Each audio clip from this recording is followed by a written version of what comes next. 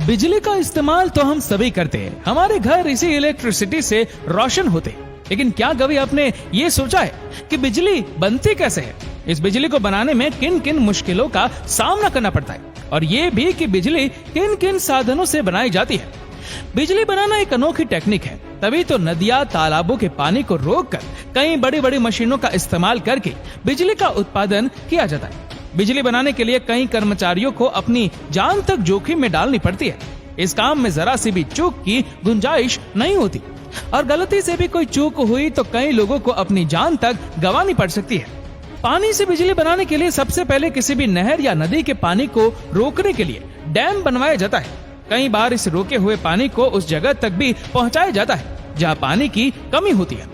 Electricity generate करने के साथ साथ डैम पानी की कमी को भी पूरा करता है। डैम से बिजली बनाना तभी पॉसिबल है जब पानी बहुत ऊंचाई से गिर रहा हो। ऊंचाई से गिरने पर पानी का प्रेशर बहुत ज्यादा होता है। डैम से होता हुआ पानी जिस जगह पर गिरता है, ठीक उसी जगह पर टरबाइन लगाया जाता है।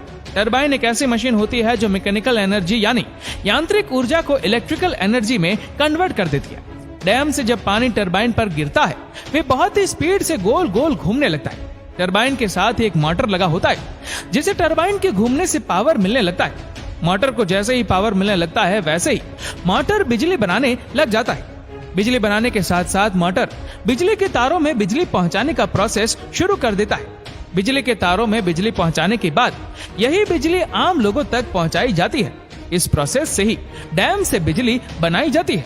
इस प्रोसेस के अलावा भी कई और तरीके से बिजली बनाई जाती है, जैसे कि आप में से ज्यादातर लोगों ने पवन चक्की का नाम सुना ही होगा। पवन चक्की से भी बिजली का उत्पादन किया जाता है। पवन चक्की को देखते हुए आपके मन में ये सवाल जरूर आता होगा कि पवन चक्की बहुत ही धीमी गति से घूमती है, तो ये बिजली का उत्पादन कैसे कर पाता है? पवन चक्की की ऊंचाई लगभग 212 फीट होती है। इसके पंखों की लंबाई 116 फीट तक होती है।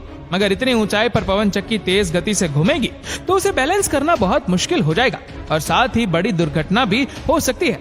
इसी कारण पवन चक्की को बैलेंस करते हुए धीमी गति से घुमाया जाता है। पवन चक्की का इस्तेमाल उन इलाकों में किया जाता है जहां हवा की गति तेज होती है। पवन चक्की को लगाने के लिए एक टावर के ऊपर पंखे लगाए जाते हैं। ये पंखे हवा की वजह से घूमते हैं। पंखे के साथ शाफ्ट की मदद से एक जनरेटर भी जुड़ा होता है, और जनरेटर के घूमने से इलेक्ट्रिसिटी पैदा होती है।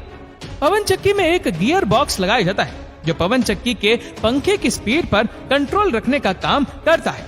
पवन चक्की में परेशानी तब आती है जब हवा का डायरेक्शन घड़ी घड़ी बदलता है।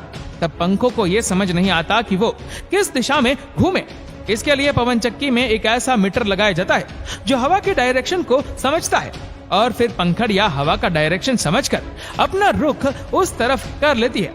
पवन चक्की के ऊपर के हिस्से में बन रही बिजली को नीचे लाया जाता है, जहां पर ट्रांसफार्मर लगा होता है। ट्रांसफार्मर की मदद से बिजली के वोल्टेज को बढ़ाया जाता है, जहां सिर्फ बिजली को पावर सबस्टेशन में भेजा जाता है, और पावर सबस्टेशन से ही बिजली हमारे घरों तक सप्लाई की जाती है।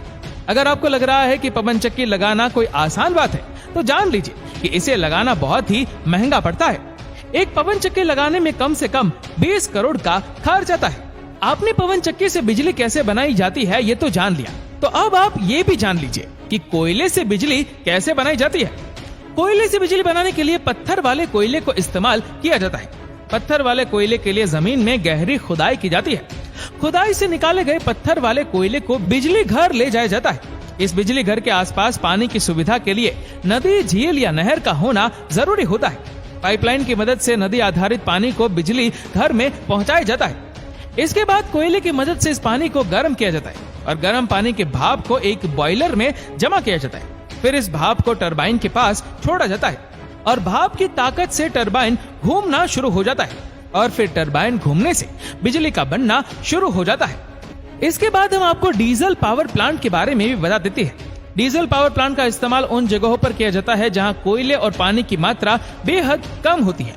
डीजल और मोटर की मदद से ही जनरेटर चलाया जाता है जो बिजली का उत्पादन करता है। सिनेमा हॉल, घर, शादी विवाह या ऑफिस में इमरजेंसी जैसी सिचुएशन में इलेक्ट्रिसिटी की सप्लाई के लिए इसका इस्तेमाल किया जाता है। ये जनरेटर टरबाइन और इंजन की मदद से इलेक्ट्रिसिटी जनरेट करता है। इंजन टरबाइन को घुमाता है, और टरबाइन यांत्रिक ऊर्जा को विद्युत ऊर्जा में बदलकर बिजली का उत्पादन करता है। दोस्तों आज एनर्जी के सोर्स धीरे धीरे खत्म होते जा रहे हैं। ऐसे में रिन्यूएबल सोर्स ऑफ एनर्जी के तौर पर हमारे सामने सबसे बेहतर ऑप्शन सोलर एनर्जी यानी सौर ऊर्जा, जिसकी मदद से भी आज बिजली का उत्पादन किया जा रहा है। सौर ऊर्जा प्लांट का इस्तेमाल उन क्षेत्र में किया जाता है जहां पूरे साल सूरज की रोशनी पहुंचती है। सूरज की किरणों को बिजली में बदलने के लिए फोटोवोल्टिक सेल्स का इस्तेमाल होता है। इससे एक बैटरी जुड़ी होती है जिसमें बिजली जमा होती है। सोलर फोटोवोल्टिक सेल्स से पैदा होने वाली बिजली डायरेक्ट करंट पैदा करती है, जिसे बिजली बनती है और फिर इस बिजली का इस्तेमाल किया जाता है। साइंस की तरक्की ने न्यूक्लियर पावर प्लांट को भी इजाद कर दिया है।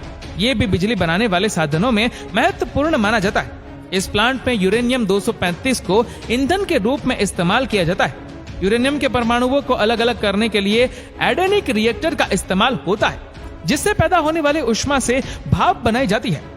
इसी भाप से टरबाइन को घुमाया जाता है, जिससे बिजली का उत्पादन होता है। नेचुरल गैस पावर प्लांट कोल थर्मल पावर प्लांट की तरह होता है। फर्क सिर्फ इतना है कि इसमें पानी को गर्म करने के लिए कोयले की जगह नेचुरल गैस का इस्तेमाल किया जाता है। पानी गर्म होने के बाद भाप बनता है और फिर भारी प्रेशर वाले भाप से टरबाइन घूमता है। टरबाइन के घूमने से बिजली का उत्पादन होता है। क्या आप ये भी जानते हैं कि समंदर की लहरों से भी बिजली बनाई जाती है? तो आप ये भी देख लीजिए कि समंदर की लहरों से भी बिजली कैसे बनती है।